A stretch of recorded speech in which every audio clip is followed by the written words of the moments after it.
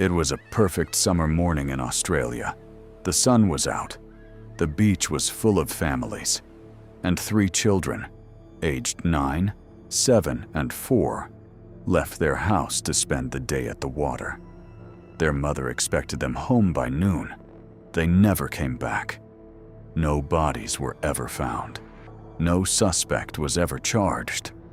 And the man who was seen with them that day has never been identified. This is the story of Jane, Arnna, and Grant Beaumont. 3 children who vanished from a crowded beach in broad daylight and were never seen again. January 26, 1966, Australia Day, a national holiday, a day off school.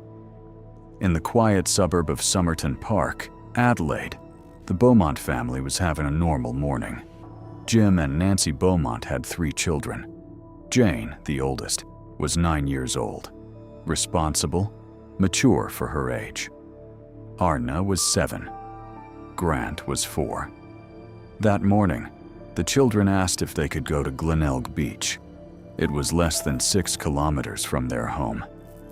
They had made the trip alone before. It was a different time.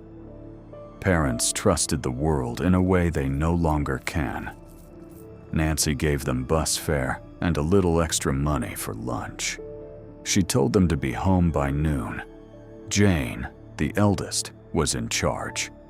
The 3 children walked to the bus stop. They were seen boarding the bus at 10 a.m. Witnesses later confirmed they arrived at Glenelg Beach safely. That was the last time anyone can say with certainty where they were. Noon came and went. Nancy waited. Then 1 o'clock, 2 o'clock. By mid-afternoon, she called Jim at work. By evening, they called the police. A search of the beach found nothing. No sign of the children, no witnesses who had seen them leave. Nothing.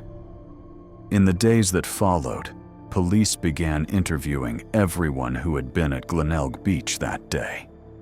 And what they found changed the nature of the investigation entirely. Multiple witnesses, independently of each other, reported seeing the 3 Beaumont children with a tall, thin man. He appeared to be in his late 30s. Blonde hair, tanned skin, athletic build. He was seen playing with the children in the water, laughing with them, buying them food. The children appeared completely comfortable with him, as if they knew him. One witness, a postman, saw Jane hand this man money. The lunch money Nancy had given her, a child giving money to an adult stranger. Something was deeply wrong. Another witness saw the man and the children walking away from the beach together. That was the last confirmed sighting of Jane, Arnna, and Grant Beaumont.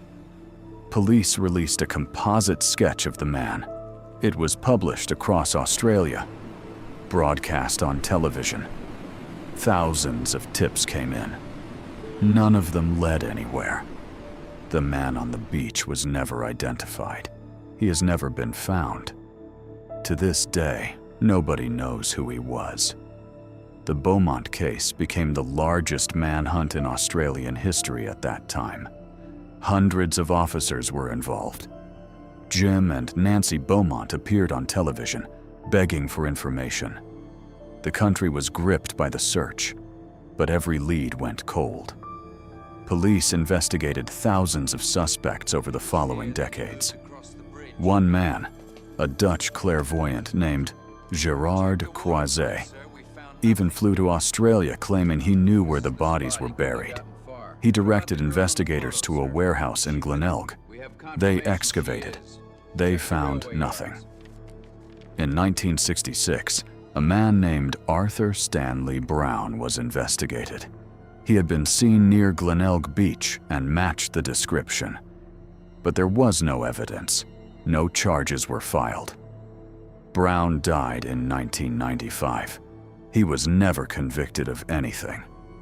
In 2013, a convicted pedophile named Bevan Spencer von Einem was named as a person of interest. Von Einem was already serving a life sentence for another murder. Police believed he may have been responsible for multiple child abductions in South Australia. But despite years of investigation, no charges were ever filed in the Beaumont case. In 2018, police excavated a former factory site in Adelaide after a tip from a man who claimed to have worked there in the 1960s. They brought in ground-penetrating radar. They dug for days. They found nothing. While investigators searched, Jim and Nancy Beaumont lived in a state of permanent suspension.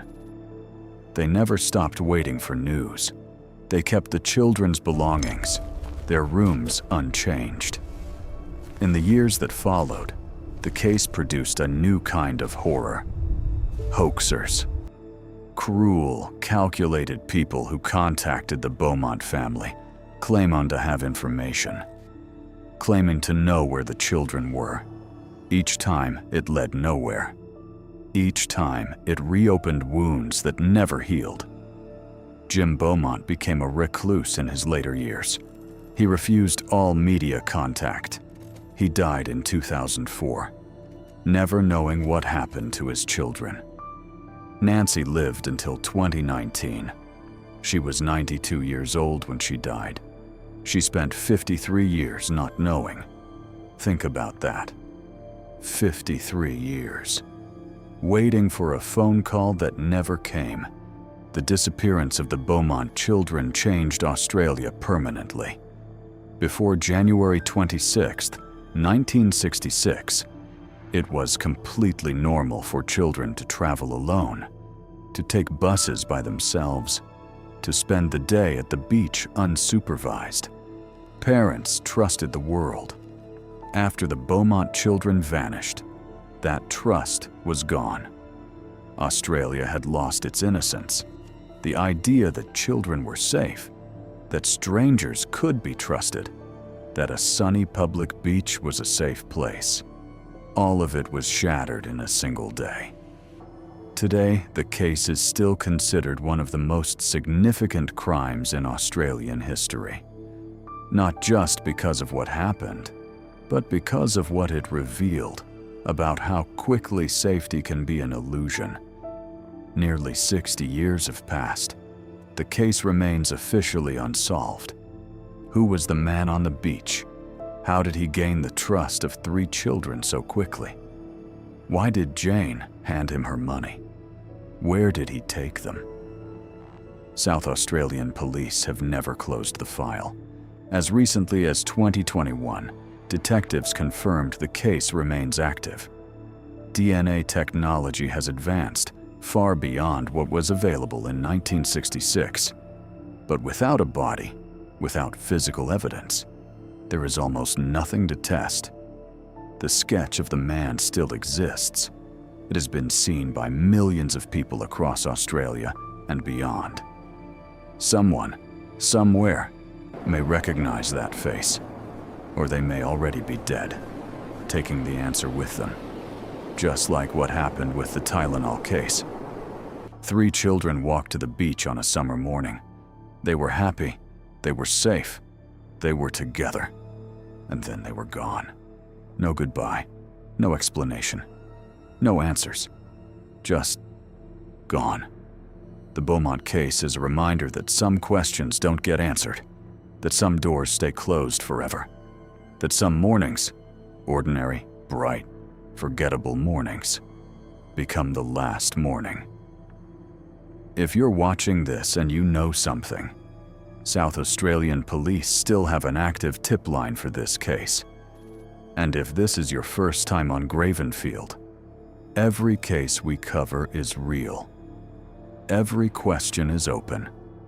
Subscribe, because the next one is just as unresolved. This is Gravenfield. Unsolved. Unexplained. Unforgettable.